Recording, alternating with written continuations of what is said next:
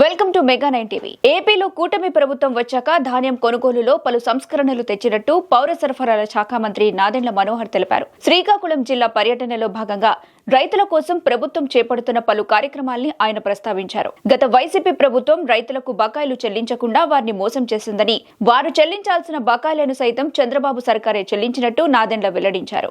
ఏడాది సంక్రాంతి రాకముందే రైతుల కళ్లలో ఆనందం కనబడుతోందని మంత్రి చెప్పుకొచ్చారు. రైతుల నుంచి ధాన్యం కొనుగోలు చేసేందుకు సిద్ధంగా ఉన్నామని, వారు తొందరపడి దళారులకు అమ్ముకోవద్దని మంత్రి సూచించారు. ప్రభుత్వం ఏర్పడిన తర్వాత మేమే ఆశ్చర్యపోయాం. గత ప్రభుత్వం ఇన్ని మాటలు చెప్పి చివరికి రైతులు కూడా బకాయిలు వదిలేసి వెళ్ళిపోయారు. ఎవరు కూడా గతంలో ఊహించలేము. 1674 కోట్ల రూపాయలు బకాయిలు వదిలేసి రైతాంగాన్ని ఇబ్బంది పెట్టి వెళ్ళిపోయేవారు. ఈరోజు నేను విజయనగరంలో పొద్దున చాలా మందితో రైతులతో కలుస్తున్నప్పుడు అందరూ కూడా ఏమన్నారంటే, సంక్రాంతి మాకు ముందుగానే వచ్చింది, మాకు ఊహించని విధంగా మా ఖాతాలో డబ్బులు పడిపోతాయనే ఆనందం వాళ్ళు వ్యక్తపరుస్తున్నప్పుడు నిజంగా ఈ ప్రయాణం, దీని వెనుక మీ అందరం కూడా ఒక టీమ్ గా కష్టపడే మనస్తత్వం ఎంత ఏర్పడిందో మా అధికార యంత్రాంగం కానీ రాజకీయ నాయకులు కానీ ఎప్పుడు కూడా మేము కోరేది రైతు సంతోషంగా ఉండాలి. రైతు కష్టపడే వ్యక్తి. రైతుకు కులాలతో సంబంధం లేదు, మతాలతో సంబంధం లేదు, పార్టీతో సంబంధం లేదు. దేశం గురించి, మన ఆహార భద్రత గురించి, తన కుటుంబం గురించి, తన ప్రాంతం గురించి ఆలోచించే వ్యక్తి. అటువంటి రైతుకి అండగా నిలబడబోతే ఈ లక్షల కోట్ల రూపాయల బడ్జెట్లు కానివ్వండి, ఈ వ్యవస్థ కానివ్వండి, దీనికి కూడా ఉపయోగపడే ఆలోచన కాదు. శ్రీకాకుళం జిల్లాలో ప్రత్యేకంగా నేను మీ అందరితో కూడా ఈరోజు పంచుకోవాల్సిన అంశాలు ఏంటంటే, రాష్ట్ర వ్యాప్తంగా మేము దాదాపు 32 లక్షల మెట్రిక్ టన్నుల ధాన్యం మేము కొనుగోలు చేయబోతున్నాం. అందులో భాగంగా ఒక శ్రీకాకుళంలోనే 5 లక్షల మెట్రిక్ టన్నుల ధాన్యం రాష్ట్ర ప్రభుత్వం నుంచి పౌర సరఫరాల శాఖ నుంచి మేము కొనుగోలు చేయబోతున్నాం. దీని వెనుక ఆలోచన ఏంటంటే, ఇక్కడ రైతాంగం పండిస్తున్న ధాన్యం రాష్ట్ర వ్యాప్తంగా మేము పీడిఎస్ రైస్ ద్వారా చాలా మంది కుటుంబాలకి అందించుకోగలిగే పరిస్థితి. చాలా మంచి నాణ్యమైన బియ్యం, ప్రతి ఒక్కరు కూడా కోరుకునే బియ్యం ఈ ప్రాంతంలో కష్టపడి పండిస్తారు. అటువంటి ప్రాంతంలో మరి ఇప్పుడే సోదరుడు ఈశ్వరరావు గారు చెప్పినట్టు సాగునీరు కోసం మీరందరూ పడుతున్న కష్టాల గురించి, ఈ 2 కాలువల గురించి ఆయన చెప్పారు. మధువలసనం, తర్వాత నారాయణపురం కాలువ గురించి, తోటపురం.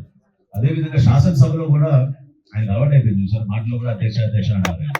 సో శాసనసభలో కూడా ఆయన మాట్లాడినప్పుడల్లా మీ ప్రాంత సమస్యల కోసం, ఇక్కడ ఉన్న వ్యవసాయానికి ఎదుర్కొన్న ప్రధానమైన 2-3 ముఖ్య అంశాలు సాగునీరు గురించి ప్రతి ఒక్కరు కూడా చెప్తా ఉంటారు. కానీ ఒక సుదీర్ఘమైన ఆలోచనతోటి, ఒక ప్రణాళికతోటి మనందరం గర్వపడాలి.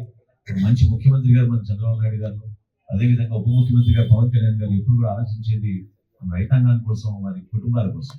సో ముందుగా నేను గర్వపడి చెప్పగలిగేది ఏంటంటే, గత ప్రభుత్వం ఇదే రోజున గత ప్రభుత్వం 5 సంవత్సరాలు పరిపాలించిన వైసీపీ ప్రభుత్వం గత సంవత్సరం శ్రీకాకుళం జిల్లాలో 7,217 మెట్రిక్ టన్నుల ధాన్యం కొనుగోలు చేశారు. ఈ రోజు 7,217 మెట్రిక్ టన్నుల ధాన్యం కొనుగోలు చేశారు.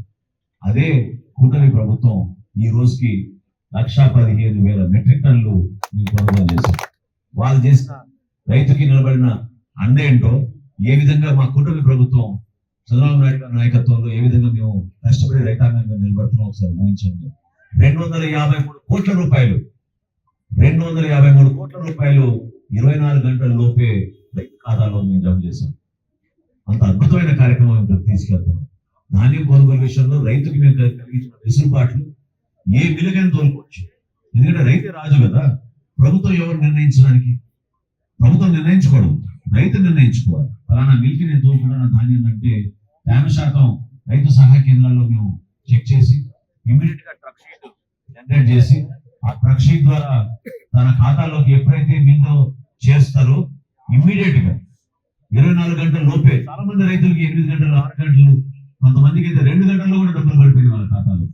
ఆ విధంగా అద్భుతంగా మేము ఒక అద్భుతమైన కార్యక్రమం చేసుకుంటూ ఈ రోజుకి రాష్ట్ర వ్యాప్తంగా 3,000 కోట్ల రూపాయలు మేము వెచ్చించి ధాన్యం కొనుగోలు చేసాం. రైతాంగానికి అండగా నిలబడ్డాం.